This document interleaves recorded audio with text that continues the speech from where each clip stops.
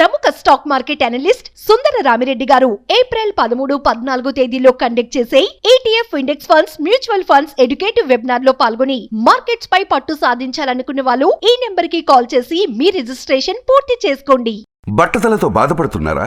ఆధునితనమైన పద్ధతిలో hair transplantation చేయబడును. Face clinic, Hyderabad. Hello views, welcome back to our channel. ఈరోజు మనతో ఉన్నారు స్టాక్ మార్కెట్ అనలిస్ట్ అయిన సుందరం రెడ్డి గారు. సార్తో మాట్లాడదాం. Hi sir.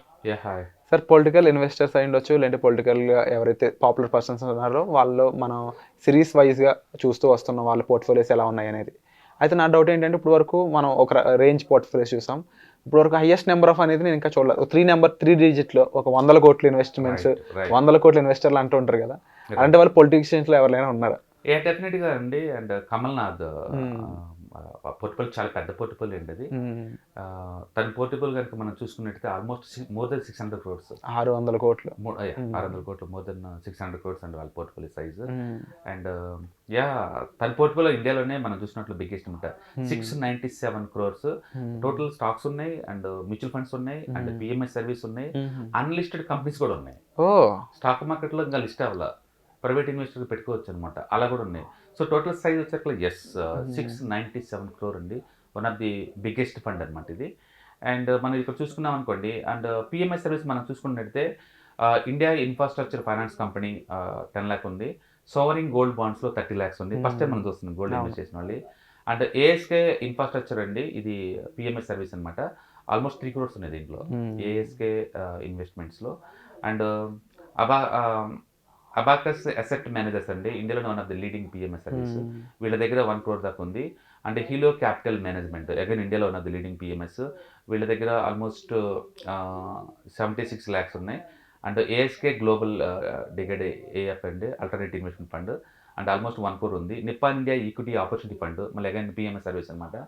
సో పిఎంఎస్ మీద భారీ ఖర్చు పెట్టాడు ఇతను, బాగా ఇన్వెస్ట్ చేశాడు. అండ్ మ్యూచువల్ ఫండ్స్ కూడా ఉన్నాయండి. HDFC dividend yield fund, SBI contra fund, UTI master share fund, Axis long term equity fund, HSBC aggressive hybrid fund, SBI blue chip fund, Aditya Birla Sun Life medium term plan, వీటిలో mutual ఫండ్స్లో ఉన్నాయి. And స్టాక్స్లో individual స్టాక్స్లో ఉన్నాయండి. మొత్తం మీద 697 crores investments ఉన్నాయి. And ఈ రేంజ్ ఇన్వెస్ట్మెంట్స్ అనేవి ఇప్పుడు వరకు మన సిరీస్లో మనం కూడా చూడలేదు. దాదాపుగా ఇప్పుడు వరకు 20 కోట్ల అనేది హైయెస్ట్, ఒక 10 కోట్ల అలా చూసాం. 600 కోట్ల రూపాయల ఇన్వెస్ట్మెంట్ అనేది ఏ విధంగా చూడొచ్చు అంటారు?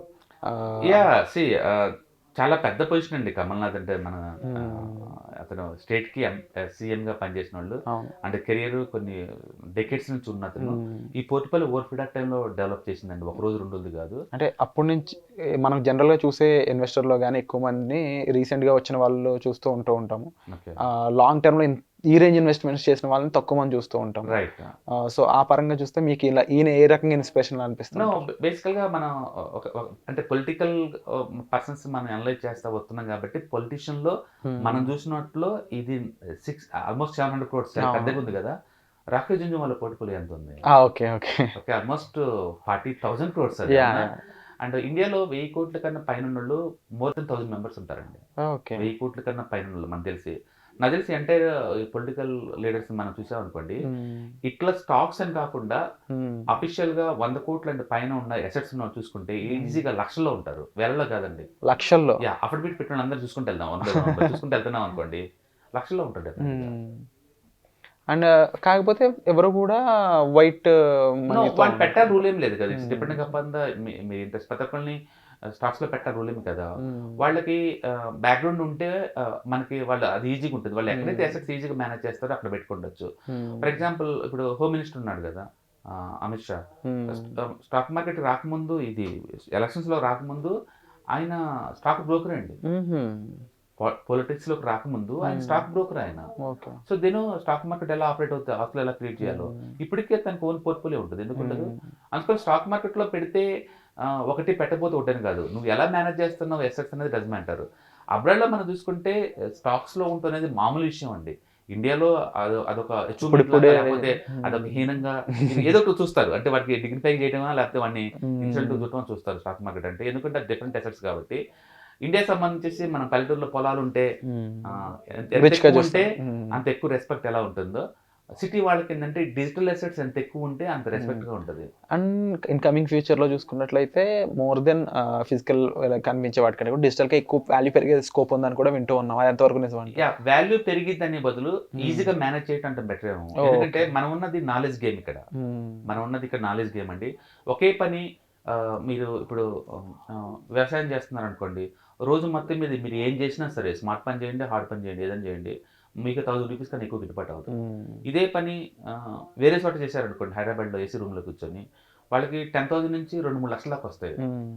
వాళ్ళకున్న ప్రొఫెషన్ బట్టి మీకు అమౌంట్ వస్తుంది. అంటే ఒకే వ్యక్తి ఒక ప్లేస్లో ఉంటే తక్కువ డబ్బులు, ఇంకో ప్లేస్లో ఉంటే ఎక్కువ డబ్బులు వస్తాయి. ఎగ్జాంపుల్ చెప్పాలంటే ఒక ఒక ఒక 200 ఇయర్స్ ఓల్డ్, ఒక 200 ఇయర్స్ బ్యాక్ ఓల్డ్ వాచ్ నీ దగ్గర ఉందనుకోండి, ఈ వాచ్ని తీసుకెళ్ళి గోల్డ్ షాప్లో తనఖా పెట్టేసి మీరు డబ్బు తీసుకోవాలనుకోండి, ఇది చాలా ఓల్డ్ అండి, ఇందులో గోల్డ్ పర్సెంటేజ్ తక్కువ ఉంది, ఒక 1000 రూపాయలు ఇస్తా అని చెప్తారు. ఇదే దాన్ని తీసుకెళ్ళేసి మీరు ఒక పాన్ షాప్లో ఇచ్చేసేసి, ఈ పాన్ షాప్లో ఇది తనఖా పెట్టుకుని నాకు డబ్బు ఇమ్మన్నాం అనుకోండి, ఇది పాడవుతుందండి, పాడైపోయింది, 200 సంవత్సరాల క్రితంది, ఇది వర్క్ చేయట్లేదు, నాకు వేస్ట్, ఇది నేను ₹1 కూడా ఇవ్వను అంటాడు. ఇదే దాన్ని తీసుకెళ్ళి రేర్ పీసెస్ డిస్ప్లే చేసి మ్యూజియం లాంటికి అమ్మదాం ట్రై చేసాం అనుకోండి, వాడి ఓహో my God 200 years old watch, ఇది ఎప్పుడు లేదు, ఇది పెట్టుకుంటే నేను 1 కోటి 2 కోట్ల దాకా ఇస్తానండి నీకు అని చెప్తాడు. ఓకే. దాని మీనింగ్ ఏంటంటే ఒకటే ఆర్టికల్ ఇక్కడ placement of value. Yeah, place ని బట్టి మారుతుందని వాల్యూ. మ్యూజియంలో ఉంటే రేర్ పీస్, అక్కడ వచ్చేది చూడటానికి వచ్చే వాళ్ళే రేర్ పీస్ చూడటానికి వస్తారు. ఇది చాలా రేర్, 200 ఇయర్స్ ఓల్డ్ అయ్యి ఉండి ఇంకా వర్కింగ్ కండిషన్ లో ఉంటుంది. అక్కడ ఉంటే దీని వాల్యుయేషన్ ఏమో 1 crore దాకా ఉంది. అండ్ జ్యువెలరీ షాప్ లో పెడితేనే దీని వాల్యుయేషన్ 1000 రూపాయలే ఉంది. అండ్ పాన్ షాప్ లో పెడితేనే వాటి తీసుకోవడానికి కూడా ఇష్టపడలే వాడు. దాని మీనింగ్ ఏంటంటే రైట్ ప్లేస్ లో రైట్ పర్సన్ ఉంటే వాడి వాల్యుయేషన్ వాడు జస్టిఫై చేసుకుంటాడు. నువ్వు వెళ్ళి వ్యవసాయంలో కూర్చుంటే నీకు అంత వర్త్ గానే కాదు, ఎందుకంటే రాంగ్ ప్లేస్ లో నువ్వు ఉన్నావు. నువ్వు రైట్ ప్లేస్కి వచ్చేస్తే నీకు డబ్బు వస్తుంది. అందుకని నాకు ఇంత శాలరీ వస్తుంది, నువ్వు అవసరం బ్లేమ్ చేయలేము. నువ్వు ఉన్న ప్లేస్ని బట్టి మీ జడ్జిమెంట్ మారుతూ ఉంటుంది. రైట్ ప్లేస్ని పాయింట్ అవుట్ చేసి ఆ ప్లేస్కి వెళ్ళటం అనేది చాలా ఇంపార్టెంట్ అనమాట. అందుకని ముందు రోజుల్లో ఈ డిజిటల్ అసెట్స్ అన్నీ కూడా నాలెడ్జ్ బేస్డ్ సొసైటీ. ఆ నాలెడ్జ్ బేస్డ్ సొసైటీలో ఏంటంటే నీ నాలెడ్జ్ ఎక్కడ అన్నదాన్ని పెట్టేసి ఆ ఇల్లు నువ్వు ఇన్వెస్ట్ చేస్తావు, అవి త్వరగా అప్రిషియేషన్ జరుగుతూ ఉంటుంది అనమాట. రాంగ్ ప్లేస్ ఇన్వెస్ట్ చేసాం అనుకోండి, అది అప్రిషియేషన్ జరగవు. యాక్చువల్గా మన సంపాదనలో 95% అంత వేస్ట్ అయిపోతూ ఉంటుంది. ఓన్లీ జస్ట్ 5% మనం రైట్ ప్లేస్ ఇన్వెస్ట్ చేస్తాం, ఆ డబ్బులతో నువ్వు వాచ్ సంపాదించగలుగుతావు. మనం అందుకని ఎక్కువసార్లు చూడండి, ఒక పర్సన్కి ₹1,00,000 శాలరీ ఉందనుకోండి, ఇలాంటి నువ్వు లక్షలు సంపాదించుకున్నాను మొత్తం వెళ్ళిపోతాయి, ఏముండవు, ఏమైపోతున్నాయి అవన్నీ. ఏ రోజుకి ఆ రోజు ఎక్స్పెన్స్ రూపంలో బయటకు వెళ్ళిపోతూనే ఉంది, మంత్లు, సంవత్సరాలు, డెకేడ్స్ గడుతూనే ఉంది. ఎండ్ ఆఫ్ ది రిటైర్మెంట్ అప్పుడు చూసుకున్నాం అనుకోండి, ఏముంటుందండి, ఒక హౌస్ ఉంటుంది, 1 కోటి అంతే, అదే లైఫ్ ఇంకా, దాని పర్పస్ ఇంకా అదే. మనీ వెళ్ళి చెప్పాలంటే నేను చెప్పేది జనరలైజ్ 99% పబ్లిక్ లైఫ్స్ అనమాట, అంతే. బట్ ఈ సంపాదన అంతా ఏమైపోతుంది, లక్షల కొద్ది, వేల కోట్లు ఏమైపోతుంది అంటే రైట్ ప్లేస్లో మీరు ఇన్వెస్ట్ చేయట్లా, అది ఇబ్బంది పెడుతుంది. అదే ఒక 5% మీరు రైట్ ప్లేస్లో ఇన్వెస్ట్ చేస్తే కనుక అది నీకు 100 కోట్లు వెల్త్ క్రియేట్ చేసి పడేసింది. రైట్ ప్లేస్లో కనుక ఇన్వెస్ట్ చేస్తే ఆ రైట్ ప్లేస్ని ఫైండ్ అవుట్ చేసుకోవడం కోసం నీకు నాలెడ్జ్ కావాలి. ఆ నాలెడ్జ్ గేమ్లో వచ్చినాయి డిజిటల్ అసెట్స్ అనమాట. అందుకని హార్డ్ అసెట్స్తో పోల్చుకుంటే ఈ డిజిటల్ అసెట్స్లో లాంగ్ టర్మ్ పాయింట్ ఆఫ్ లో you can make more money డెఫినెట్గా. బట్ అదే టైం రిస్క్ కూడా ఉంది, గుర్తుపెట్టుకోండి. రివార్డ్ ఫ్రీగా రావట్లా, ఈ నాలెడ్జ్ తోటి ఆ రిస్క్ని మినిమైజ్ చేస్తాను అనమాట. అందుకని మోడర్న్ పబ్లిక్, మోడర్న్ పీపుల్ అందరు కూడా డిజిటల్ అసెట్స్ తీసుకుంటారు. ఎందుకు డిజిటల్ అసెట్స్ అంత కంఫర్ట్ అంటే, ఒకటి లొకేషన్ స్పెసిఫిక్ కాదు, ఎక్కడి నుంచైనా ఆపరేట్ చేయొచ్చు. ఫిజికల్ అసెట్స్ నువ్వు అలా ఆపరేట్ చేయలేవు. ఫిజికల్ అసెట్స్కి నువ్వు అక్కడ ప్రజెంట్ ఉండాలి, లీగల్ హెడేక్స్ ఎక్కువ ఉంటాయి దానికి. డిజిటల్గా అయితే చాలా ఈజీ. ఇవాళ రేపట్లో హ్యాకింగ్ అంటాం కానీ 2 టైర్ సెక్యూరిటీ ఉన్న ఈ రోజుల్లో హ్యాక్ చేయడం కూడా హైలీ ఇంపాసిబుల్. ఎందుకంటే ఒకసారి మనం ఓపెన్ కొట్టగానే మళ్ళీ పిన్ వస్తుంది, మళ్ళీ రెండోసారి ఆ పిన్ కొడితేనే అది ఓపెన్ అవుతుంది.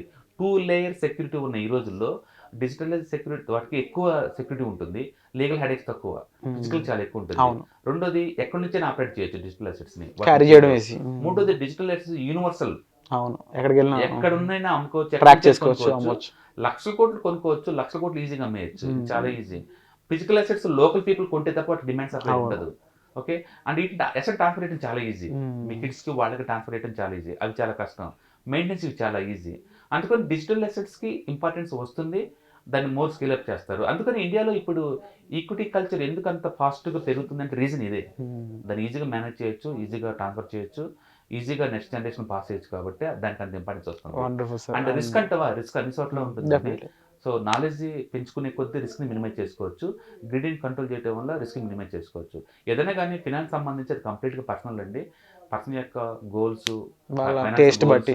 వాళ్ళ రిస్క్ ప్రొఫైల్, ఎంత అమౌంట్ ఎక్స్పెక్ట్ చేస్తున్నారు అనేది, వాళ్ళ బ్యాక్గ్రౌండ్, ఇవన్నీ చాలా ఇంపార్టెంట్ అనమాట. లైఫ్ సైకిల్ ఎక్కడ ఉన్నారు ఇవన్నీ కూడా.